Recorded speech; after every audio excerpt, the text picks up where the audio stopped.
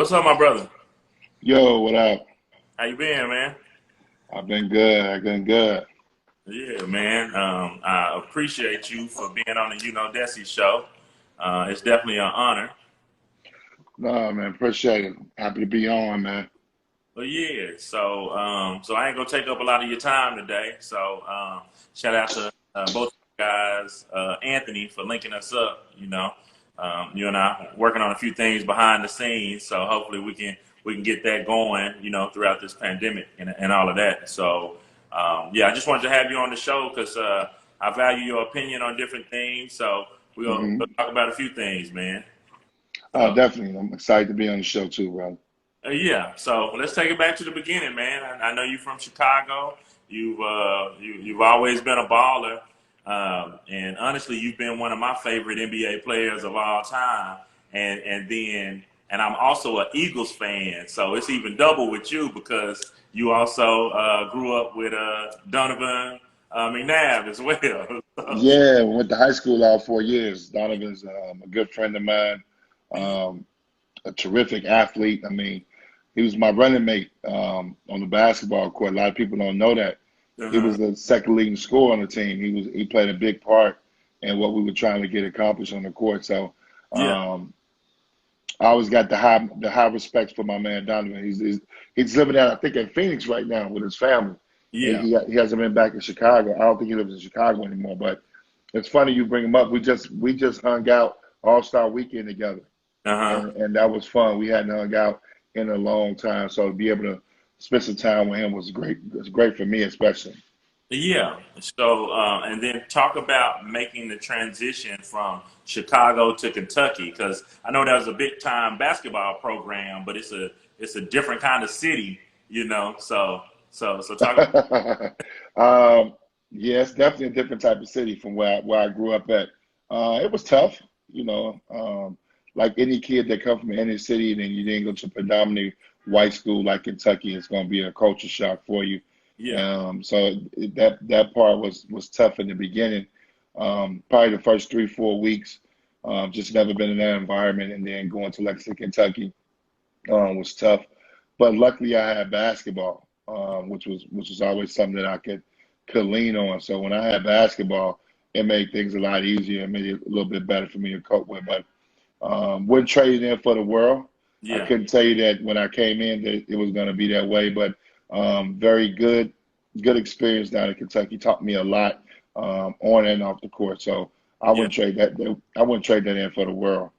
Yeah, and you and I have talked offline about it before, but hmm that '96, I believe, Kentucky championship team, to me, that's one of the greatest basketball, college basketball teams of all time because y'all had so many guys that ended up going to the league off of that team. Yeah, I'm a little biased when it comes to that. Obviously, being a part of it, but was arguably the best college basketball team ever. I know there's been some other great ones out there, Yeah. the UNLV teams, the Duke teams, Hmm. some of the North Carolina teams have been obviously great. But we had 10 pros Yeah. to make it to the NBA, and so that was actually something that was very special. But um, just me, Tony Doe, Derek Anderson, Ron Mercer, Walter McCarty, Mark Pope, Jeff Shepard, Nazi Muhammad, Scott Padgett.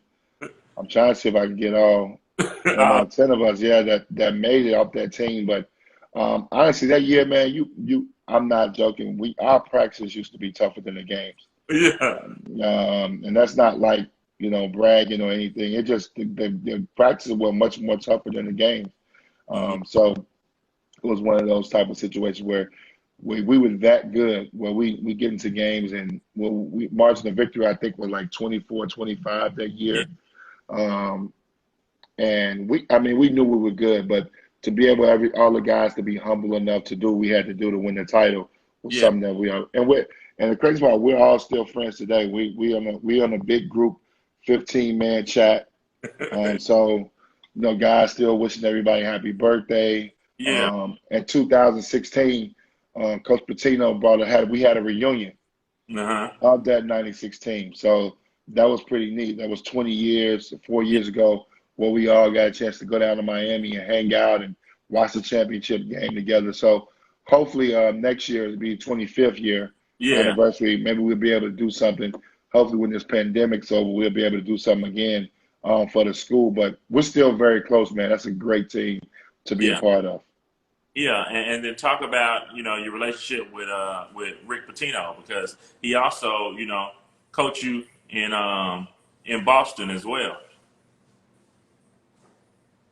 Let's see. Yeah. Okay, you bet. Okay, Yeah. okay. We also had Pitino also coach you in Boston as well. So talk about your relationship with him. Coach Pete was great. I mean, a disciplinarian, a guy who was tough to play for, who pushed you to the max. You always had to give max effort. He was one of those guys that demanded the best out of you. But coming out of high school, like I talked about a little earlier, I just was, I was very good basketball-wise, but I was a hothead, from the inner city. And, he kind of calmed that down about me and taught me how to channel that energy into working hard to becoming the best player I possibly can be. Yeah. Got me in great shape. I came in school 190 pounds soaking wet.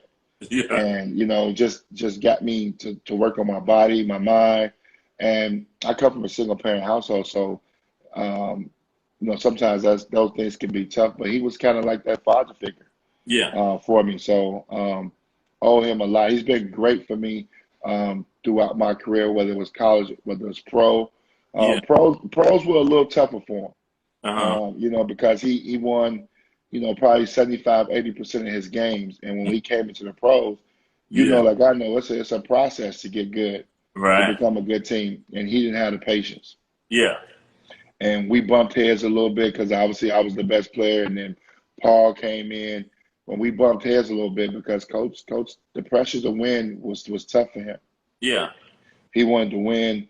And when he wasn't able to win, a lot of negative things came out, and he ended up quitting the job, Yeah. 2.5 hours into it. I mean, 2.5 years Yeah. into the job. But nothing but great things. My career's over with. I've always been able to go back to Kentucky. He was at Louisville and Hmm. spend time with him and do things. So we've Yeah. always had that open dialogue, and, always a person that I can pick up the phone and call. So we've always maintained that type of relationship. Yeah, and those Boston teams, those were some really good Boston teams, and I feel like you helped kind of bring Boston back. Unfortunately, you were not there when they won the championship, but I still feel like Mm. that you were deserving of some of that credit with kind of getting it, kind of in a good space, and then that's why I was so happy that you actually won a ship in Miami, because it's Mm. like you didn't get the one in Boston, but I felt like you would have got one in Boston if you'd have been there a little bit longer. I definitely wanted one there. I mean, the team that drafted you, and obviously the team that drafted and believed in you. And Yeah, I played 7 strong years there. Me and Paul worked really, really hard to get the team back to being a playoff team and kind of in there. So we got to the Eastern Conference Finals. People don't understand that. We hmm, were 2 games away from the finals, knocking on the door. We wasn't far away as a team. So unfortunately, Danny Ainge came in with a different attitude, a different mentality, yeah, and the way he wanted to do things, and change the direction of the team. And it went bad. The team went down for a while. Obviously, I think, and then I came back in 04, 05, and we yeah, made the playoffs. And I thought I was going to be there for the rest of my career after that. But organizations and GMs have their own priorities and things that they want to get done. And I wasn't never one of Danny Ainge's guys, but uh, yeah, was able. Don't get me wrong. I was able to go to Miami and be a part of a great situation there with Shaq and DWade and yeah, Alonzo and Gary Payton, and we won it all. So I'm very grateful, and it's one of the best times of my life playing in Miami. yeah, But I would have loved to win one in Boston. I consider Boston my second home. A lot yeah, of people don't understand that. People in Boston treat me really, really well. It's hmm, a sports town for people that may not understand how strong the yeah, Boston fans and the Boston community is when it comes to sports. But it's a sports town. They embrace the athlete there. I mean, you look at Tom Brady, you yeah, look at some of the guys that have played in Boston. I think Paul Pierce will actually go up. He's already in the Raptors, but he'll be a Hall of Fame guy. I mean, Yeah. it's just a lot of tradition there, and it's a great organization to be a part of. When you think about the Birds, the McHales, the Koozies, the Heinsons, the Hmm. Russells, and the Red Auerbachs. I mean, you just want to be a part of that um, that culture, that organization, and it's a great something great to be a part of. So I Yeah. always consider that my second home. Yeah. And talk about Miami, because that was like a legendary type team. You know, even if you didn't win the championship, that still was a legendary team with you and GP and White Chalk, Oh, Shaq. oh, without question. With that, I always we talk about my college team and how close we was. Man, we were that team. I never seen 15 guys jail. We used to have a saying called 15 strong, Yeah. and that year was amazing. You would rarely seldom see guys, um, 6 or 7 guys not out to dinner and Yeah. hanging out. And that's a rarity in the NBA. People don't understand that. When you're in the NBA, you got so many guys that have egos, their own posse, their own crew, Mhm. and we was together group. The goal was to win a championship. It wasn't pretty all the time. We didn't win 65 games and dominate the league. We won 52 games. We had some injuries. We had a coaching change, Mhm. and but the bottom line was to win a championship. And we knew when we decided to focus in and lock in that we were the best team in the league. Yeah. And we did that. And it was a special group to be a part of. I appreciate I was around probably, I think about Alonzo, Gary, eh, as much as I think about Shaq and DWade. Yeah. And then playing for a guy like Pat Riley. And then you throw in all the extra guys that were very close: Jason Williams, White Chocolate, James Posey, Uh-huh. Udonis Haslam. Yeah. I mean, we had a team, a loaded team of good players. Shannon Anderson was on that team. Yeah. You know, Derek Anderson was on it. So we had a bunch of talent. And I think sometimes it gets lost in the shuffle because of what LeBron and were able to do in going to 4 Right. finals and winning a couple too. But Yeah. the '06 banner is still the best banner in Miami. To me, that's just me being a little biased. Yeah. So, um, and yeah, and that was just a legendary moment. Like even when you hit them with the shimmy, you know what I'm saying? And Oh yeah, yeah, yeah. But that's the thing. That made the team so special. We always had the chances to do stuff like that. And that team was so fun because Gary Payton's got a personality. We exactly. all we all know about Shaq's personality. So guys have got these wild personalities. So to be a part of that team was really, really, really special. Yeah, and I can only imagine the practices and the trash talking because everybody in their own right got personalities to talk trash. On top of the personalities, just Pat Riley. Yeah. Practices were tough, 4 hour practices, but we had a lot of fun. Guys stayed the same. Nobody really, went against the grain. That's the good thing about it. We never like argued and fought, but we competed. We Yeah. definitely competed. Uh, And I don't know if you saw this, but we just did a reunion thing over Zoom oh, during the that's pandemic, and we was talking about it. And that was my first time. We was first time seeing all the guys, yeah. and that's a special group. I mean, that's a bond I think we all remember forever. Even though we didn't play together multiple years, but that one year was just something I think that we all that was a part of that team will feel special about. Yeah, and it was almost like a team of mercenaries, in my opinion, because you, like you said, it wasn't together a long time, but you got in there, you went through some adversity, coaching change, even went down 0-2 in the finals, and then brought it back. Yeah, so it was a combination of things that made it a special year. Yeah, Um, but I think, and also the kind of the icing on the cake, it was kind of, remember when Kobe and Shaq were going through it and see who can win the next title without each other. right. To be a part of that with Shaq and know how determined he was to get his fourth title was also special too. So I Right. was happy to be a part of that too. Yeah. Yeah, and then I definitely wanted to to touch on the financial things that you went through, Mhm. and then how you were able to bounce back from that. So please Mhm. touch on that. And I know you do a lot of speaking to NBA teams, and we're working on a documentary and all kind of things together as well. So please touch on that. Well, I think for people, I think one thing about me is that. I had my trials and tribulations right in the beginning of social media and when things were really taking off on the internet.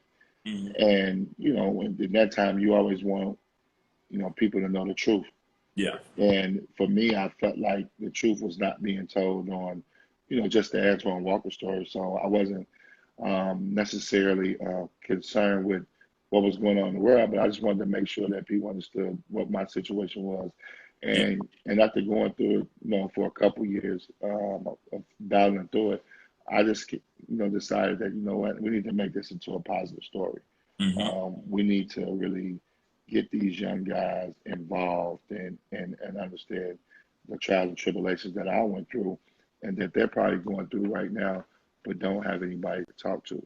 Yeah. And I think that's important. And that's the way I kind of looked at it. How can I turn this negative story into a positive and just kind of spearheaded it that way. And it's been a process, believe me. It's been a long, like the last 7, 8 years of my life of one getting through it personally, Yeah. having the courage and the confidence to want to share it and feel confident sharing it, and then obviously be trying to make it into um, a positive story. Yeah. And obviously, you're going to be on the end part of this journey to close this out. And Anthony Holt has been huge in the process of helping me rebrand myself and turn things around. So I'm just trying to do those things. I've been very fortunate too. Also, I have to mention this is that to be able to work with financial institutions. Morgan Stanley gave Hmm. me an opportunity years ago to be a part of their global sports and entertainment group to Yeah. share my story with student athletes. And I've probably been to 60, 70 universities over the years. Yeah. The guy that brought me into Morgan Stanley started a new company called Educore, in which we had the NBA this year, which was the dream of mine to be able to go back to my peers and be able to head the financial education program. And I did that this year, and that's something that I will Yeah. always be proud of. Hopefully, we continue it. The first year was a success. We did 26 out of 30 teams Oh wow. Yeah. this year, and then the pandemic came in, so it's 4 teams that we did not get in front of. Yeah. But it was amazing to be able to share my story with those guys. So and really turn into a negative story into a positive for them, and just to see their response, to see those guys actually get something out of it was a dream come true for me Yeah. personally. And I'm just hopefully going to continue this, man. I think this is something that needs to be done. I don't think a lot of people understand how young players are coming into the league. I came in at 19, and Yeah. that's typical now. Hmm. Guys are coming in 18, 19. And if you really think about it, a lot of us come from humble beginnings where we don't have a lot of money and we just don't know what to do with it because we're not educated. It's Hmm. not the fact that we're reckless spending.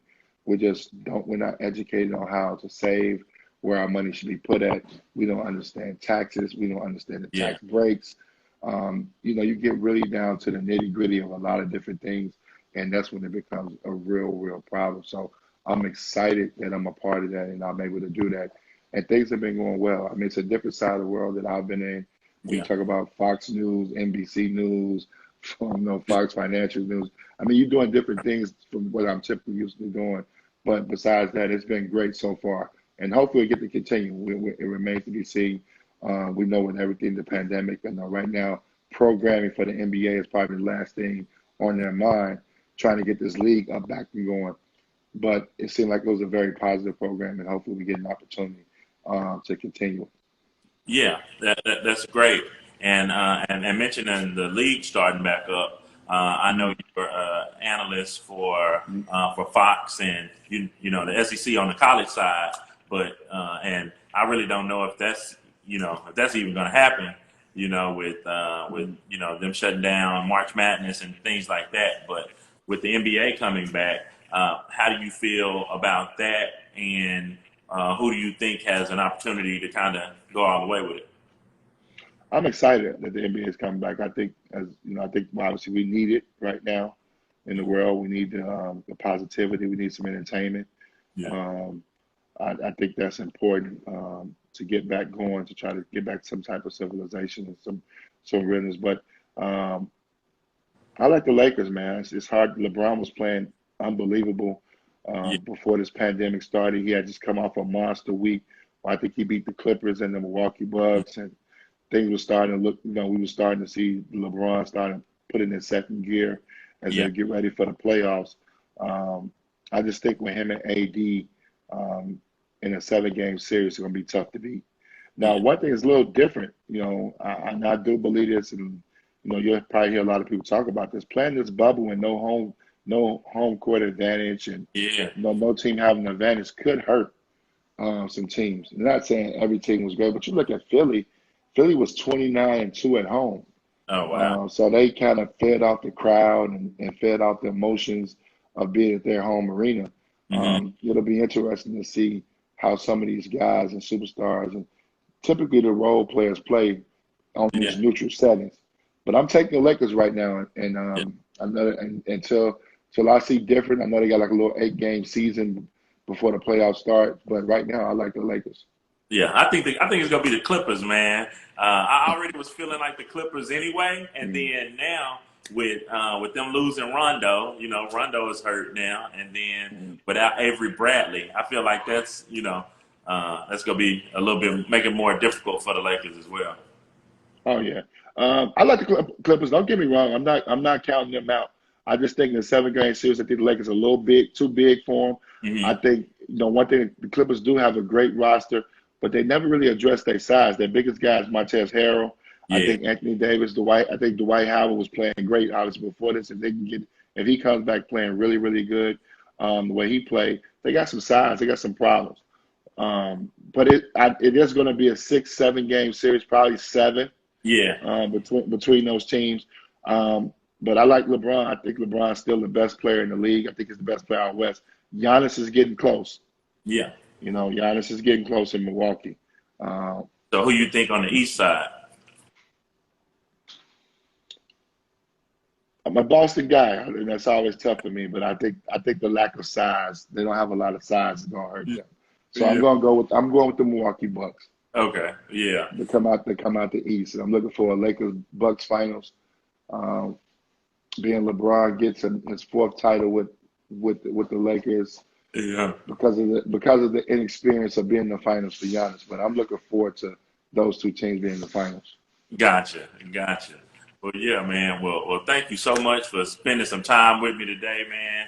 I don't want to take up too much of your time, but Mhm. I really appreciate it. You're a legend in my book with the Agent Mhm. 8 shoes and live NBA live, maybe 96, 95, somewhere in there. 99, baby. That's what it is. Yeah.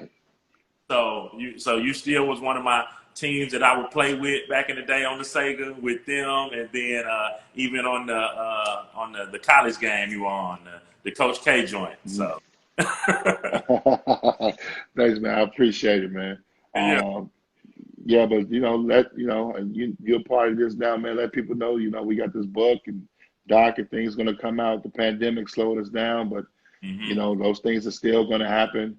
But right now it's bigger fish in the world right now. We're trying to fight, and so well, I understand that. So hopefully, here in the next few months, and we can get things rolling, get back to some normal civilization. We can continue with these projects. Yep. So for those that don't know, we got a book on the way, we got a All documentary on, right.